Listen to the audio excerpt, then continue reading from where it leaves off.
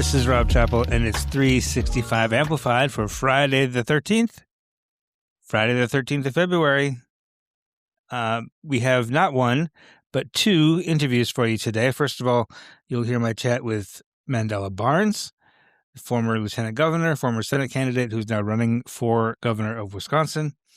Talked with him about his campaign and priorities and all sorts of things like that. And then Omar will have his chat with a couple of folks from Urban Triage.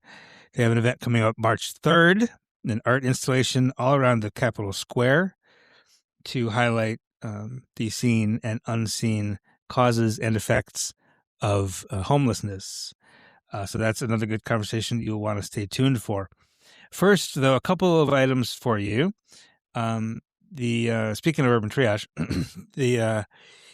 about a month ago, Rashid Shabazz, who's a reporter from Oakland, the Oakland Voices, sent a note to the Institute for Nonprofit News listserv. This is going to be a lesson in nonprofit journalism and collaboration.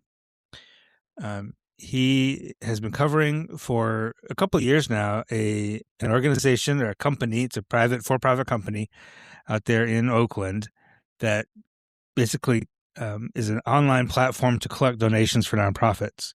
There's a handful of these. GoFundMe is the one you've probably heard of. This thing, Flip Cause is the name of it, is not quite the same as GoFundMe, but it's a similar idea where you can have a webpage, and then you can tell people, click this link to donate to us. And then the company collects the donations, and then you click a button when it's time, and then they send you the money to your bank account. And then they keep like a 2% fee or whatever. And that's how they make their money. Well, for the last couple of years, this one in California, in Oakland, has had some difficulties with their customers in they've been slow to disperse the money, right? So you say, click this link to go donate to us, and then you go make a donation, and then the organization says, okay, you collected my donations, now can I have that money, please? And then the money doesn't come, or it takes several weeks to come. So that's been a problem. And in fact, in September, a large organization sued this company, Flip Cause. And then Stripe, which is the company that actually processes the credit cards, suspended them and said, you are not collecting the money properly. You're not dispersing the money properly. We're not going to do business with you anymore. And that prompted this company to file bankruptcy. Well, when you file for federal bankruptcy protection, everybody you owe money to becomes public record because you have to submit a list of everybody to whom you owe money. Turns out this company owes money to 3,200 nonprofits. $29 million they have collected in donations and then not given out to the organizations to whom they were intended. So, my new friend, Rashid Shabazz, over there in Oakland, reported on this bankruptcy and did the work to compile that list that was submitted to the court into a spreadsheet, which he then shared with everybody in the Institute for Nonprofit News. So I was able to look on there and find out that this company in Oakland, California, owes more than $400,000 to 53 organizations in Wisconsin. So 53 Wisconsin-based organizations decided they needed to collect online donations. They chose Flip Cause as the provider to do that, collected donations, and then never got the donations because this company couldn't handle it or something. When they filed for bankruptcy, they only had $70,000 in the bank.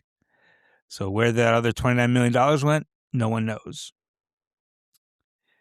They were still paying their executives like $3 million a year as of 2 years ago. So that's where some of it went. But that's not how it's supposed to work. You're supposed to hold donations in a trust account and then disperse them immediately when requested. And they just didn't do that. They spent it on something else. It's not clear whether there's going to be a fraud investigation. The Attorney General in California did order them to stop doing business in November. Don't know whether there is or is going to be a fraud investigation. I did reach out to the Attorney General of the state of Wisconsin to ask if there's any investigation happening here, and I didn't hear back. I never hear back from that office, so that's not a surprise. But I did reach out to several of the organizations in Wisconsin that were affected by this bankruptcy and that were owed money. Now, those 54 organizations, one of them is owed $7, and one of them is owed $54,000. Right? And there's a large range in between. None of the organizations I reached out to responded. And I think, especially for a Black-led organization, there's maybe a reluctance to put your name attached to this, right? Because even though it's not your fault, like these organizations are the victims here. I can understand how you could imply some sort of that you didn't do your due diligence or that you made a mistake in trusting this company with your money, so they just didn't want to be associated with it. I totally understand that. One organization here in Madison that was happy to talk about it was Urban Triage. I talked to Brandi Grayson. Turns out what she's saying is they owe Urban Triage $24,000 roughly from like 7 years ago. Like when Urban Triage wasn't even incorporated as a 501c3 nonprofit yet. Back in the early days of the Black Lives Matter movement, maybe more like 10 years ago, maybe like 2015, 16, when Brandi and a couple other folks were just organizing protests, and people wanted to donate and support them. And she was like, I don't know how to take online donations. So they reached out and they found Flipcause as a possibility. Flipcause they didn't have a website or anything, but Flipcause says, that's okay. We'll just set you up a one-page website where people can go donate. And people did go donate, and then Flipcause just kept the money. And Brandi just never saw. Brandi tells me that Urban Triage never saw a penny of that. And at this point, they're doing okay. They've got these big county contracts and everything, but there are smaller organizations in this list for whom $1,000 is a big deal. Now, the other organization that talked to me was the Center for Community Stewardship, which is a fiscal sponsor, which means they basically have the 501c3 status, and other organizations can operate using the Center for Community Stewardship's nonprofit status, because it is kind of a pain to and it's kind of a big deal to apply for and receive your own nonprofit status. So if you can kind of operate under the umbrella of a larger organization, it's really good. It's better if you're a small sort of grassroots nonprofit startup. Apparently Flipcause had products specifically for fiscal sponsors, because Center for Community Stewardship is the sort of the fiscal home of like 30 or 40 organizations, right? So to collect donations, they have to be able to segregate the donations into the accounts of all these organizations. And apparently Flipcause had a specific product to do that, and it was working great until it wasn't. And now the Center for Community Stewardship has like 15 or 16 different organizations that are owed a total of $64,000. And these are, like I kind of said, these are the tiny startups. These are the tiny little grassroots neighborhood organizations that don't have staff really, that that $1,000 is a make or break situation. So Center for Community Stewardship has put up a new donation page using a different platform to try and recoup some of that money if you want to pitch in and help mitigate some of those losses. And again, that story is up at madison365.org.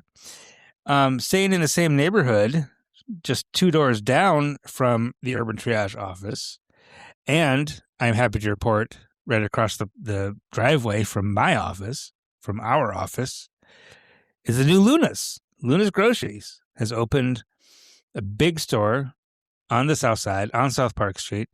You remember we've been covering Luna's since they opened in 2019.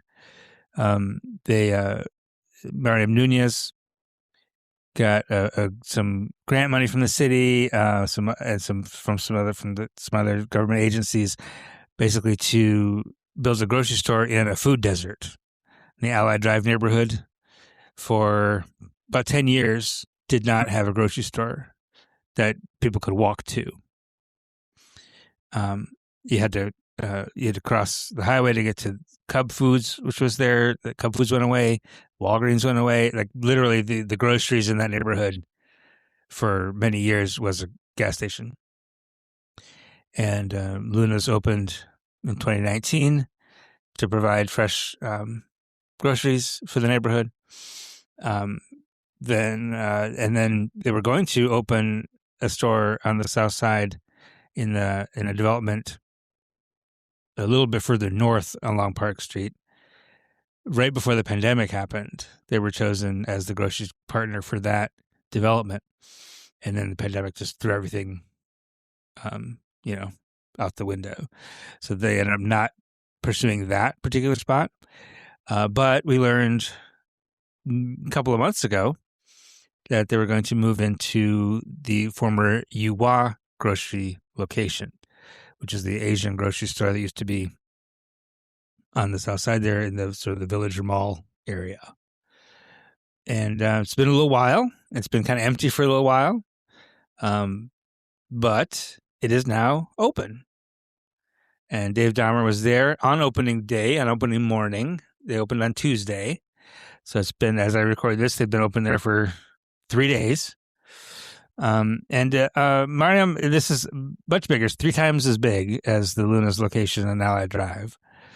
Mariam says she's ready. And it looks fantastic. And I will,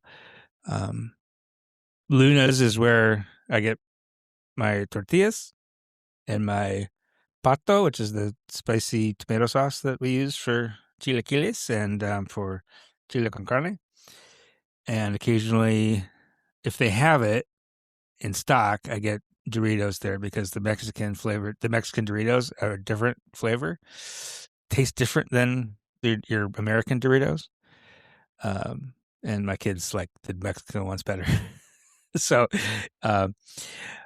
but it's nice for me that I don't have to stop on the way home anymore. It can be right there across the driveway from my office. So I'm very excited about that.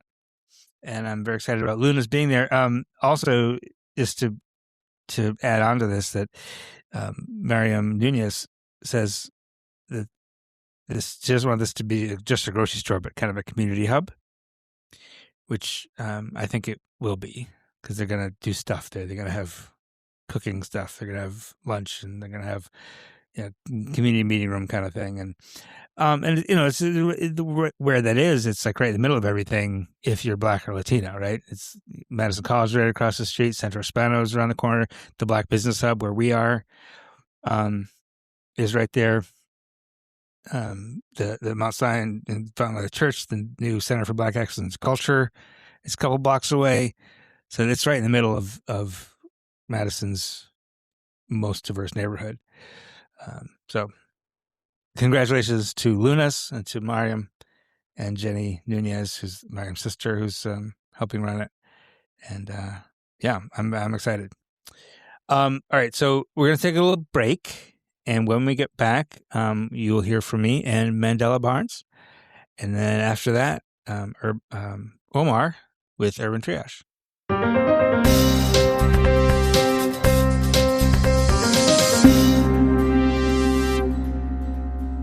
And joining us now on the program, the former lieutenant governor of the great state of Wisconsin, former Senate candidate and current gubernatorial candidate, Mandela Barnes. How you doing, sir? I'm doing real good. Really excited to be back here to have a chance to talk to you about the campaign, everything else. Yeah. Well, thanks for doing it. It's been a little while. The last time we had you on you were preparing for the Ironman. It has been a while. That was prior to Ironman. That was in 2024. Yeah. It was, man, a lot has changed since then. Yeah. So I completed Ironman.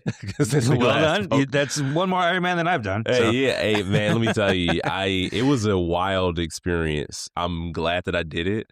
I would definitely do it again. That's the other part. But it takes so much out of you, right? Yeah. There's not a lot of it's almost like a campaign in many ways. I would say it's a long preparation. It's a long process. You should train, at least, between 9 and 12 months. So pretty much like a campaign. You got to condition yourself. Yeah, right. And you get to certain points during the training where you question yourself: is this the right thing to do? Am I doing it right? Am I crazy? and how is it going to end up? And at the end of the day, once you start the race, it's like you got to be able to trust your training, right? And it seriously is like a campaign in that way, because you put so much into it. Like you give up a lot of your personal life, a lot of personal time, and you are tested in almost every single way, mentally, physically, otherwise. But now you're doing something. Now that you're campaigning, it's like the Ironman, right? Hey, for sure. And how's it going? How's the campaign? The campaign is going very well. Really excited, encouraged by the response we've been getting, traveling all across Wisconsin, getting a chance to share the message, and most importantly, talk about a vision. People are dealing with some very, difficult times right now, as I'm sure you are aware of. I know you've either seen or heard the stories. It feels like it hasn't, been this rough for people since like the 2008 crash, right? Of course, there was difficult periods during the pandemic for sure, but this is a little bit different. This is a time unlike, many others, where people are struggling to pay the bills. People are struggling to afford healthcare, everything else, housing, you name it. And on top of it, you got a president who couldn't care less. President who's not concerned with the issues and the challenges people have been dealing with, have been experiencing. And we've been through this before with him as president. This time certainly feels worse. It is more blatant how the moment that we're in, his response has been to enrich himself. He's increased his own wealth to the tune of at least $1.5 billion, while people can't put food on the table. And we're also seeing people lose their opportunities, lose their jobs. I mean, I've seen so many white collar folks, people who've gotten into upper middle class, finally crossed 6 figures, and have seen their job prospects, and also been seeing layoffs. We need real leadership to step in and not just stand up against Donald Trump. I mean, that is certainly necessary, but we need a real clear vision to move Wisconsin forward. And what is describe your vision for that? Absolutely. I thought you never ask. Look, let me tell you, we need a day one agenda, and it's no secret. I've been traveling all across the state talking about the need for us to expand healthcare. It's one of the costs that continue to come up unprompted. If you ask a person, what they're dealing with, a lot of folks have gotten letters informing them that their premiums are going up. A lot of people have seen their premiums go up. And you got the Republican frontrunner right now, or, the effective Republican nominee, Tom Tiffany, who voted against extending the Affordable Care Act tax credits. Yeah. And that's the reason people's premiums are going up. I was with a farmer in Cadott who talked about his health insurance premium being set to go from about $275 to over $1,600. That's not an isolated incident. Another story in Green Bay, a woman who had a slip and a fall, something that can happen to any of us. And she had to have knee reconstruction surgery, and the bills kept piling up, but her income didn't keep up with those bills. She wasn't able to pay those bills, and she was just outside of eligibility for Badger Care. Wisconsin is one of 10 states that has not expanded our Medicaid program under the Affordable Care Act, leaving so many people out to dry.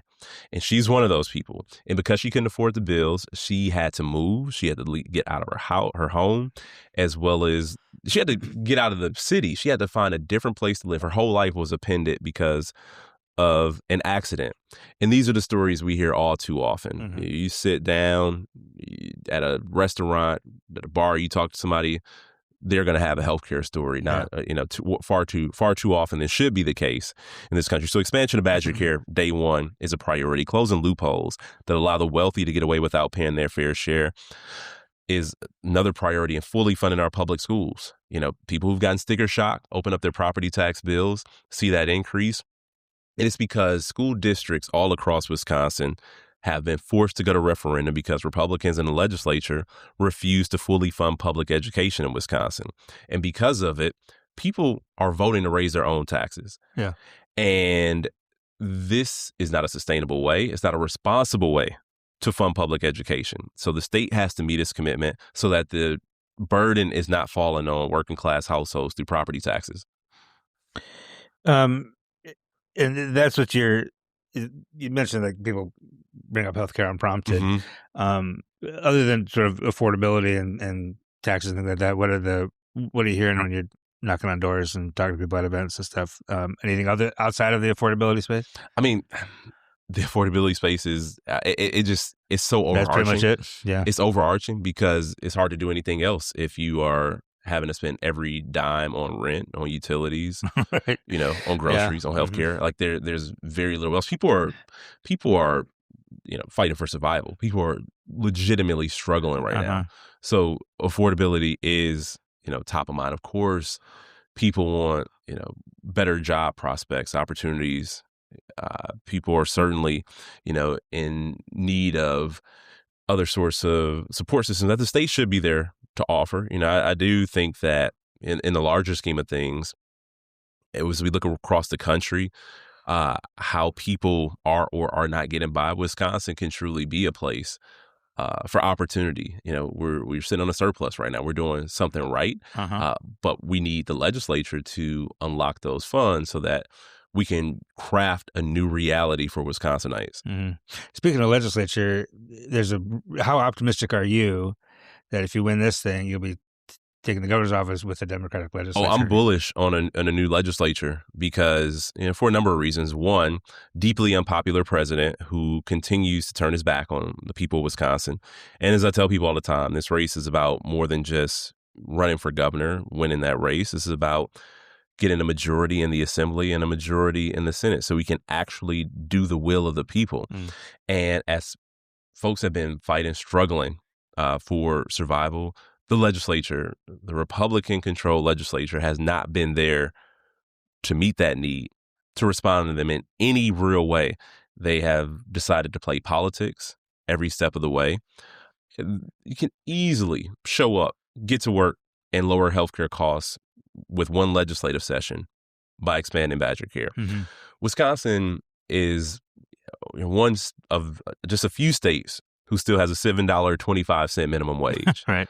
We have to lift the wage floor for folks.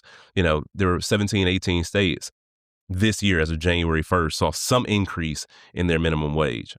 Not Wisconsin. This will be your third statewide race. Yeah, if I'm not mistaken. It's hard to believe, man. Yeah, right? You've done it a couple of times. The last time was 4 years ago. You came within a whisker of unseating Ron Johnson.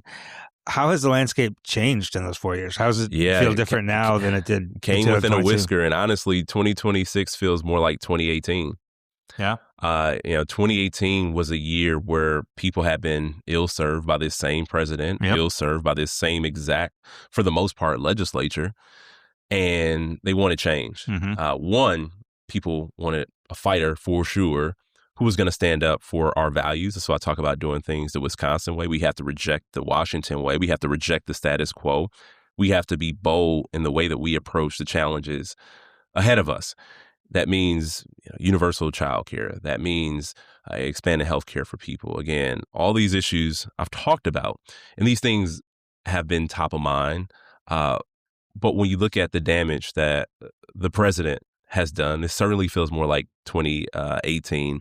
And having gone through 2022, as you mentioned, coming within a whisker, like I talk all the time about the conversation I had with Barack Obama after that election. a day or a couple days after, he talked about the race that he, lost for Congress. He talked about the work that came afterwards. He, went back to state senate, did some organizing work, and I have been very focused on organizing in communities all across Wisconsin, have not let up, have shown up all across his state, delivering real results and working to increase voter participation. In Milwaukee, we had the highest voter turnout of the 50 largest cities in the entire country in 2024. And that was due to the work we did where there had been a drastic fall off in voter participation, specifically Black voter participation, since 2012. We were diligent. I raised over $10 million to specifically target areas that saw a drop in participation. And because of it, we saw Milwaukee, as compared to other similarly situated cities, major cities and swing states, we increased our voter turnout where other cities declined. We had a less significant, less substantial swing towards Donald Trump than other similarly situated cities. And it's because of that organizing work that happened. And I am confident in the work, not just of the past few years, but the work that is to come over the course of this campaign. You go back to 2018. That's when you ran for lieutenant governor and served 4 years in that office. So you've worked in the east wing of the Capitol, right, on the ground floor, not the upstairs yet, right? What do you remember? What did you learn from that experience? I learned so much. That you're going to bring into this race. I learned so much. I'm grateful to Tony Evers for entrusting me with so much. Hardest working lieutenant governor. Most present. I think that's pretty obvious. My time in that office, I wanted to maximize every single moment. And I look at that as I look at potentially becoming governor. We will maximize every single moment to do everything we can to improve quality of life for people across the state. During my time, I was fully active in 2 consecutive budget cycles. Whether it was the roundtables we had all across Wisconsin or going line by line with the budget office, determining how were we going to prioritize spending in Wisconsin? How are we going to prioritize meeting the need? Our very first budget increases in public education, money and support for gun violence prevention, for violence prevention initiatives, more support just generally across the state, and aids for our family farmers, increasing funding for our farm to school programs. This is the work that has been unique to me. The experience that I bring to the table that is not present anywhere else. I'm proud to be the most experienced candidate in this race, the one who is ready to go on day one, because I know how the state functions. I've traveled all across Wisconsin. I've met with folks from all different backgrounds, not just every county, but every type of community in Wisconsin. And that's what we need. We need a leader who understands the commonalities that we have and is ready to see those as our biggest asset in this state to lift every single person up. What I'm curious about is there's this last presidential cycle seems to have pointed out a split between like the sort of mainstream centrist Democratic Party and like the more lefty wing of it. In your experience and having been staying in the game the last 4 years, is that a real thing? Is that overblown on social media? And where do you land on that? I think a lot of it. Or is a little bit of tension good? I'll just say this: people are entitled to their politics. People experience life in different ways. People are brought to, their lot in political life, typically based on, what they've been through. And I know firsthand, having dealt with, gun violence at a personal level, having been raised in a union household. My grandfather moved to Milwaukee after his service in World War II. He was in the Navy. He then worked at A.O. Smith as a union steelworker, and that provided the foundation that made my entire life possible. So standing firm on the rights of working people to increase wages that should be kept up with inflation, ensuring that everybody has health care, access to abortion, like these things are just whatever, however you look at it or want to categorize them in terms of, political spectrum. I mean, this is what people should be able to come to, you know, expect in a state like Wisconsin that has been on the forefront, that has been at the vanguard of progress. Mm-hmm. I do truly believe we can be in that place once again. There are so many dividing lines, and we have a unique opportunity right now to demonstrate how it doesn't matter, where you're born, who you love, how you identify, all those other factors that have kept people separate in the past, that this is a moment for people to come together to demand more. Because we see with the Trump administration and their efforts every single day to divide people, to keep people separate, because that's their strength.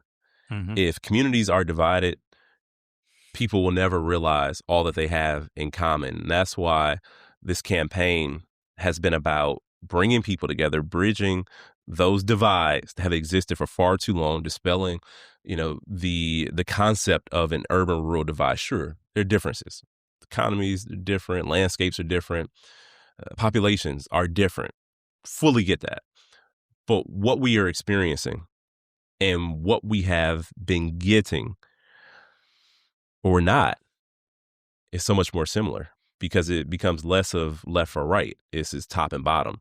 This is the people who have been receiving the most and everybody else who's been left behind. When I say receiving the most, I can go back to those issues of tax breaks that have made the wealthiest in our society even more wealthy, while people are literally begging for crumbs, while people are being put out of a job. So we have to end those tax breaks for wealthy corporations, especially those that are shipping jobs overseas, especially for those that are outsourcing to AI, and for those who are polluting our drinking water and our air. No longer should those companies be able to get over on people. The people of Wisconsin who work hard every single day, the people who play by the rules, but aren't able to get ahead because the deck has been stacked against them, because the rules have not been written in favor of the people. We are going to work to end the paycheck economy, and we're going to work to give people a voice, the voice that they deserve, whether it's in the workplace or in government. Do you see, if you're the governor and sort of like the de facto leader of the Democratic Party in the state of Wisconsin, where do you see the place, or how would you work with those like who identify as Democratic Socialists, for example, in the sort of the left, the center, the left of center coalition? For sure, I have worked with every spectrum, mm-hmm. in every part of the Democratic Party. When I ran in 2018, I said we're united all shades of blue. And there are, I can think of Democratic Socialists that I've helped get elected, like Missy Zombor in Milwaukee, Christian Phelps, Eau Claire. Like I've been there to help people, and regardless, have helped moderates get elected. Yeah. Because there is no, the challenge that we face ahead, what is in front of us, Donald Trump, Tom Tiffany, it is more important for us to unite, to come together. If you believe in decency, if you believe in democracy, if you believe in doing things better than they have been done. And this is not about, upholding or keeping things the way they are. This is about progress. This is about moving us forward. This is about living up to our state's motto. That work is far too important to let any, intra-party dividing lines keep us from becoming the best state in the entire country to live, work, and raise a family, the most desirable place for people to show up and lay down stakes and make a better life for themselves and the entire community around them. Did you make it to any Fort Madison games last summer? I got to 2 last summer. I didn't. I saw quite a few in previous years. Yeah, I think I got to 2 last summer. You might be aware that same company is trying to put a second division, higher division team in Milwaukee. supposed to take the field in 2025, didn't get it done. As governor, can you guarantee we're going to get professional soccer in Milwaukee? Can you make that pledge right now? I will work to make sure that we do everything we can. I would love to see. No, for real, seriously. Like, if nothing else, for personal reasons, I want to see this happen. Selfishly, I want this to happen. So, this is something I'll fight for if I'm in or out of office. All right, Mandela Barnes. How do people find you? Follow the campaign. Yep, people can find me at mandelabarnes.com. People can check out the other Mandela on social media. We're here. You might see me in a forward game. The season's getting ready to start. Yep. Mandela in the wild. I know where to find you. All right, Mandela Barnes, thank you so much for your time. I appreciate you, man. Best of luck. Thank you.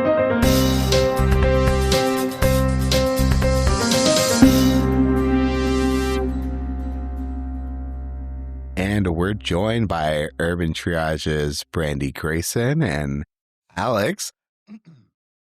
We're going to talk about Seen and Unseen, an upcoming 4-point walking tour interactive exhibit to shed the experiences, the reality on the struggles of being unhoused. Could you, both tell me more about it? Yeah. Hey, everyone. Thanks for having us on, Omar. We really appreciate you. I am Brandi Grayson, founder, CEO of Urban Triage. Please visit our website at urbantriage.org. We are hosting a Seen and Unseen event downtown March 3rd at the Capitol. So we are installing 4 art installations that day for the whole day.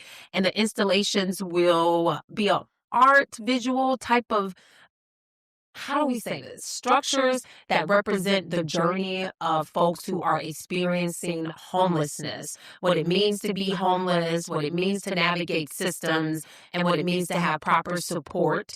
In Urban Triage, we do multiple housing initiatives, so it's imperative and important to our mission that we help the public understand the importance of supporting those who are navigating homelessness for various reasons. And then I'll let Alex speak on it. And who are you, Alex? Good morning, everybody. Thanks, Omar, Madison 365, for having us. My name is Alex Lindenmeyer. First and foremost, I'm a proud founding board member of Urban Triage, and I also do development work for them as well.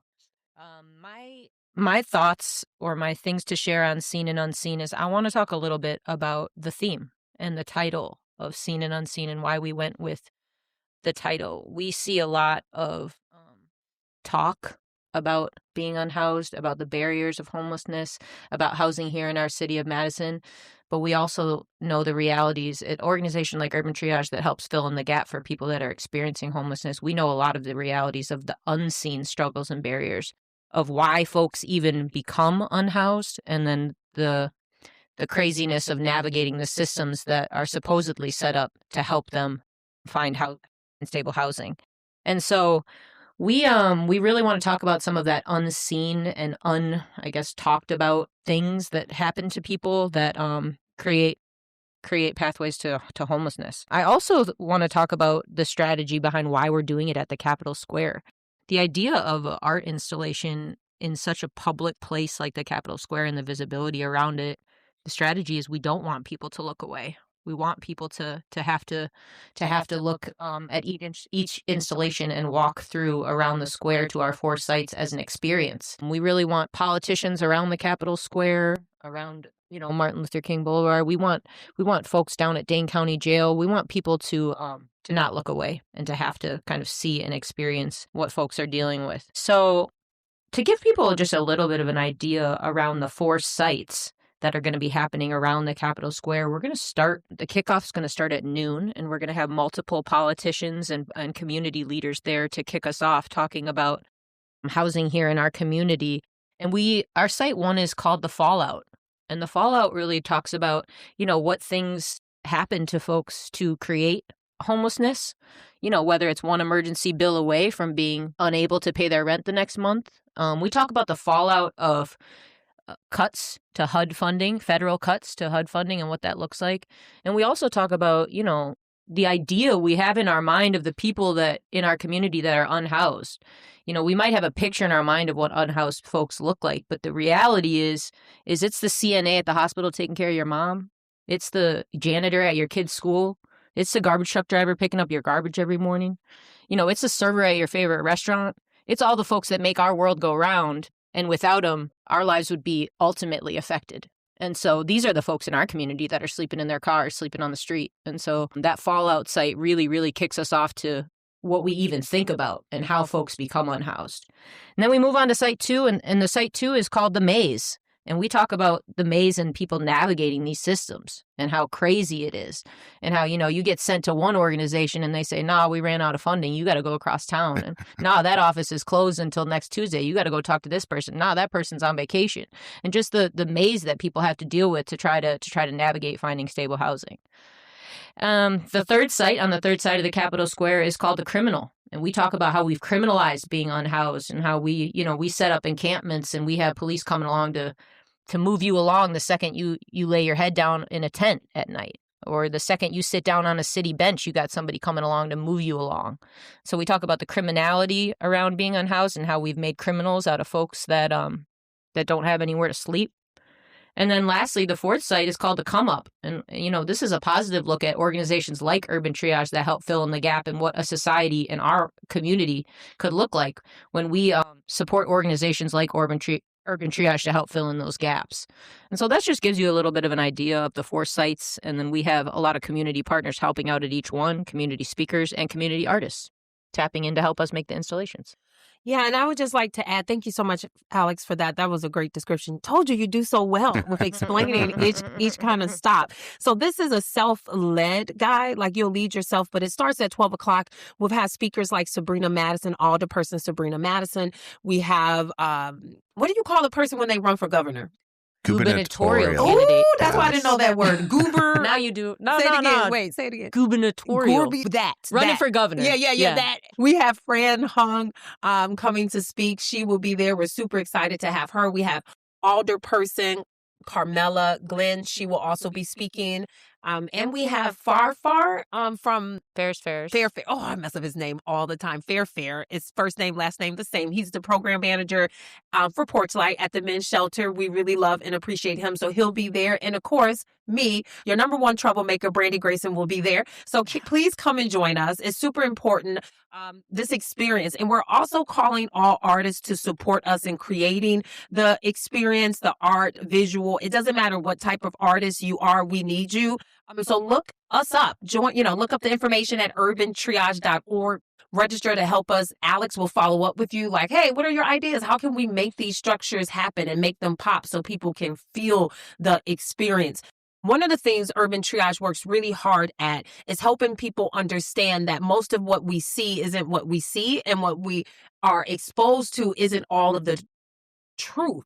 A lot of times, no matter what we're talking about, whether it's homelessness or criminalization or isms, we're often given the surface of things. Urban Triage is committed to helping people see deeper and see the things that are often unseen. So join us on March 3rd. And we also want to give a shout out to Community Shares, who is one of our partner organizations in this experience. So shout out to Cheryl, the ED of Community Shares, and all the other local nonprofits that are under the umbrella of Community Shares. March 3rd also represents the Big Share Day of Giving. So we will be partnering with them. It wasn't our original plan. It just kind of happened. They were like, hey, Community Shares, let's partner. They were like, cool, let's do that. So shout out to you guys. We really appreciate you. Am I missing anything, Alex, around Unseen and Seen event? March 3rd taking place. We're meeting at noon right across the street from Gray's restaurant.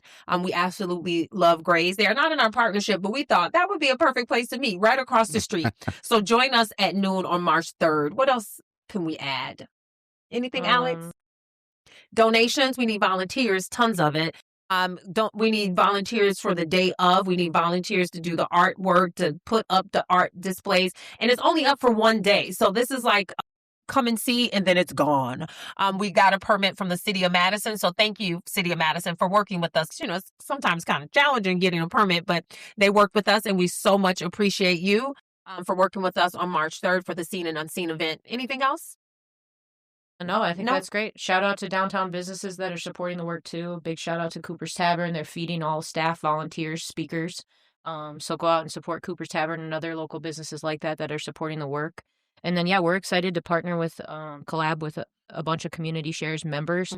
and specifically nonprofit organizations that are down on the square. Mm-hmm. Sabrina Madison, also the founder of Progress Center for Black Women on the Square. Mm-hmm. So that's a powerful person to have at an event like this. We also are looking to partner up with YWCA, Black Men's Coalition. Some of those groups are not only downtown Black-led organizations, but also members of Community Shares for the Big Share. So this is a citywide, community-wide event, and we're really excited to have people on board. Yes, we are. So, and also in consideration, donate. Okay. As you guys know, what we're facing throughout the country is cuts in funding, HUD funding, housing funding, and Urban Triage has been hit tremendously by the cuts, especially our housing programs. So donate on the day of the event, March 3rd. Is a dollar for dollar match for anything donated to Urban Triage. And the match is being sponsored by Roots and Wings. So shout out to Roots and Wings Foundation. We absolutely love and appreciate them. You can donate at urbantriage.org. Questions? Contact us at urbantriage.org. Contact us at urbantriage.org is our email address. Thanks again, y'all. I didn't even have to say anything. Yeah. It's like a recording. They spit out everything without me even answering having a to question, ask Omar? a single question, which was really nice. I should ask a question anyway. Yeah. So some of those unseen challenges that people don't realize, could you mention some of those, especially for those experiencing homelessness? Yeah, I would say one of the most profound, unseen, is mental health. Sometimes we think we can see mental health, but you can't, right? Sometimes people present you on the outside, you're like, oh, there's nothing wrong with them. It doesn't look like they're disabled or differently abled or anything like that. But folks are suffering with a lot of mental health challenges from trauma, from a lot of our vets are homeless due to PTSD, and a lot of folks who have just experienced some tremendous traumatic experiences, prolonged traumatic experiences. And I want to support us as a community in centering the humanity of people and not the bias and stereotypes of what we think. Because again, there's so much we don't know that we think we know, but we don't know what we don't know until we know. So our hope is to help y'all know so we can do better as a community. All right. Well, yeah, thank you so much, Brandi and Alex, for joining us. We're very excited for there, and we'll hope to see the community there. I plan to see you there March 3rd. Awesome. Thank you for having us again, Omar. Thank you. 365 Amplified is produced and edited by me, Rob Chappell, and is a production of 365 Media Foundation, a nonprofit, local, independent media organization in Madison, Wisconsin. Wherever you're listening to this right now, hit the subscribe or follow button to get new episodes every Friday. And between episodes, get your latest news at madison365.org and follow us on Blue Sky, Facebook, Instagram, LinkedIn, and Threads. Wherever you get your news, we'll be there.